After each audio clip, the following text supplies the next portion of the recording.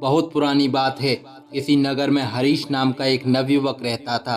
बेचारे के माँ बाप स्वर्ग से धार चुके थे। गरीब होने के कारण उसके पास अपने खेत भी नहीं थे। औरों के खेतों में वह दिन भर छोटे मोटे काम करता और बदले में खाने के लिए आटा चावल ले आता। घर आकर वह अपना भोजन तैयार करता और खा पी कर सो जाता। जीवन ऐसे ही संघर्षपूर्ण था। ऊपर से एक और मुसीबत उसके पीछे पड़ गई। एक दिन उसने अपने लिए 4 रोटियां बनाई। हाथ मुंह धोकर वापस आया, तब तक 3 ही बची। दूसरे दिन भी यही हुआ। तीसरे दिन उसने रोटियां बनाने के बाद उस स्थान पर नजर रखी। उसने देखा कि कुछ देर बाद वहां एक मोटा सा चूहा आता है और एक रोटी उठाकर वहां से जाने लगता है। हरीश तैयार रहता है। वह फौरन चूहे को पकड़ लेता है। चूहा बोला, भैया मेरी किस्मत का क्यों खा रहे हो? मेरी चपाती मुझे लौटा दो, मुझे जाने दो।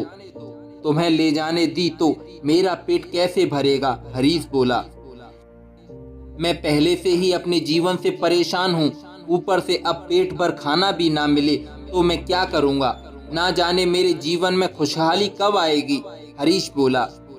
इस पर चूहे ने कहा, तुम्हारे सारे सवालों का जवाब तुम्हें मतंग ऋषि दे सकते हैं। हरीश ने पूछा, कौन है वह? चूहे ने उत्तर दिया, वह एक पहुंचे हुए संत हैं। उत्तर दिशा में कई पर्वतों और नदियों को पार करके ही उनके आश्रम तक पहुंचा जा सकता है। तुम उन्हीं के पास जाओ, वही तुम्हारा उद्धार करेंगे। हरीश चूहे की बात मान गया और अगली सुबह ही खाने पीने की गठरी बांधकर आश्रम की ओर बढ़ चला। काफी दूर चलने के बाद उसे एक हवेली दिखाई दी। हरीश वहां गया और रात भर के लिए शरण मांगी। हवेली की मालकिन ने पूछा, बेटा कहाँ जा रहे हो? हरीश बोला, मैं मतंग ऋषि के पास जा रहा हूँ। मालकिन बोली, बहुत अच्छा।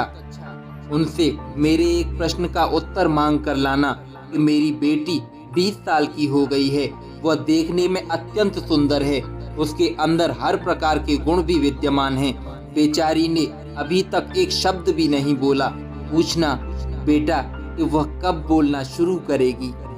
और ऐसा कहते कहते मालकिन रो पड़ी। हरीश बोला, जी आप परेशान ना हो, मैं आपका उत्तर जरूर लेकर आऊंगा। हरीश अगले दिन आगे चल पड़ा।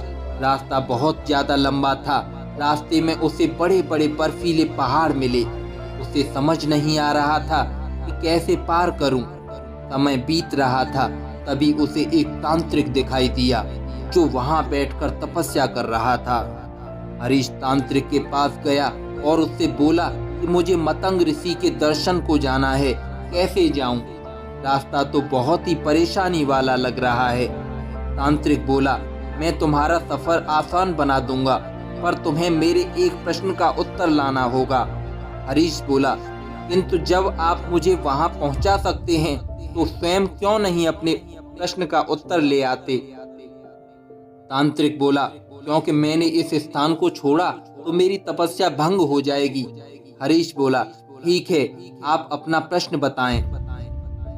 तांत्रिक ने कहा, पूछना मेरी तपस्या कब सफल होगी, मुझे ज्ञान कब मिलेगा? हरीश बोला, ठीक है, मैं इस प्रश्न का उत्तर जरूर लाऊंगा। इसके बाद तांत्रिक ने अपनी तांत्रिक विद्या से लड़के को पहाड़ पार करा दिया। अब आश्रम तक पहुंचने के लिए सिर्फ एक नदी ही पार करनी थी। हरीश इतनी विशाल नदी देखकर घबरा गया।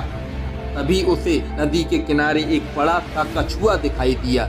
लड़के ने कछुए से मदद मांगी, आप मुझे अपनी पीठ पर बैठाकर नदी पार करा दीजिए। कछुआ ने कहा, ठीक है। जब दोनों नदी पार कर रहे थे तो कछुए ने पूछा, कहाँ जा रहे हो? हरीश ने उत्तर दिया, मैं मतंग ऋषि से मिलने जा रहा हूँ। कछुए ने कहा, ये तो बहुत अच्छी बात है, क्या तुम मेरा एक प्रश्न उनसे पूछ सकते हो? हरीश ने कहा, जी अपना प्रश्न बताइए।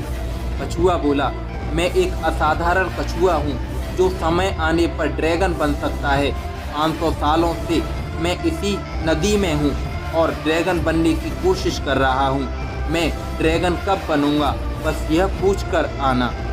नदी पार करके कुछ दूर जाने पर मतंग ऋषि का आश्रम दिखाई देने लगा। आश्रम में प्रवेश करने पर शिष्यों ने हरीश का स्वागत किया। संध्या समय ऋषि ने हरीश को दर्शन दिए और बोले, पुत्र, मैं तुम्हारे किन्हीं 3 प्रश्नों का उत्तर दे सकता हूँ, पूछो अपने प्रश्न। हरीश असमंजस में फंस गया कि वह अपना प्रश्न पूछे या उसकी मदद करने वाली मालकिन, तांत्रिक और कछुए का।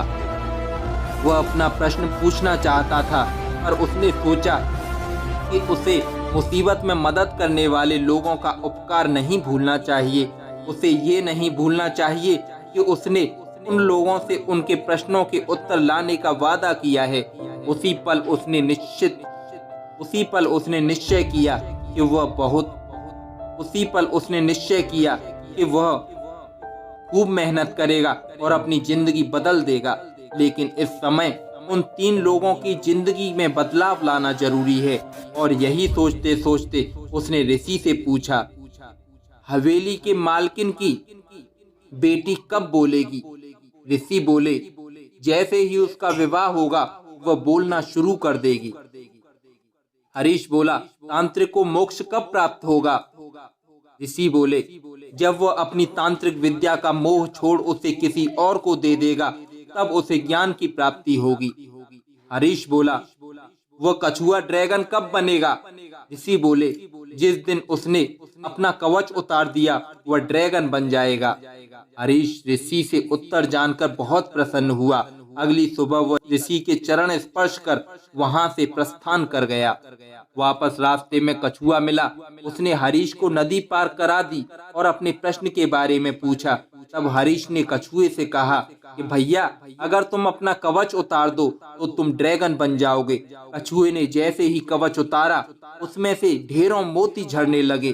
कछुए ने वे सारे मोती हरीश को दे दिए और कुछ ही पलों में वो कछुआ ड्रैगन में बदल गया। उसकी खुशी का ठिकाना नहीं रहा। उसने फौरन हरीश को अपने ऊपर बिठाया और बर्फीली पहाड़ियां पार करा दी। थोड़ा आगे जाने पर उसे तांत्रिक मिला। हरीश ने उसे ऋषि की बात बता दी कि जब आप अपनी तांत्रिक विद्या किसी और को दे देंगे तो आपको ज्ञान की प्राप्ति होगी। तांत्रिक बोला, अब मैं कहाँ किसे ढूंढने जाऊंगा? ऐसा करो, तुम ही मेरी विद्या ले लो। और ऐसा कहते हुए तांत्रिक ने अपनी सारी विद्या हरीश को दे दी और अगले ही क्षण उसे ज्ञान प्राप्ति की अनुभूति हो गई। हरीश वहां से आगे बढ़ा और तांत्रिक से मिली विद्या के दम पर वह जल्द ही हवेली पहुंच गया। मालकिन ने उसे देखते ही पूछा, क्या कहा ऋषि मतंग ने मेरी बिटिया के बारे में? जिस दिन उसकी शादी हो जाएगी वह बोलने लगेगी। हरीश ने उत्तर दिया। मालकिन बोली, तो देर किस बात की है? तुम इतनी बड़ी खुशखबरी लाए हो, भला तुमसे अच्छा लड़का उसके लिए कौन हो सकता है? दोनों की शादी करा दी गई और सचमुच लड़की बोलने लगी। हरीश अपनी पत्नी को लेकर गांव पहुंचा।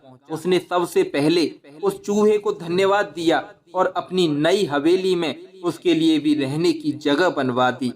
दोस्तों, कभी जीवन से हार चुके हरीश के पास आज धन दौलत, परिवार, ताकत सब कुछ था, सिर्फ इसलिए क्योंकि उसने अपने प्रश्न का त्याग किया था। उसने खुद से पहले दूसरों के बारे में सोचा था और यही जीवन में कामयाब होने का फॉर्मूला है। ये मत पूछिए कि औरों ने आपके लिए क्या किया, ये सोचिए कि आपने औरों के लिए क्या किया। जब आप इस सेवा भाव के साथ दुनिया की सेवा करेंगे और दूसरों के लिए अपनी इच्छा का त्याग करेंगे तो ईश्वर आपके जीवन में भी चमत्कार करेगा और त्याग की ताकत से आपको जीवन की हर खुशियां सहज ही प्राप्त हो जाएंगी।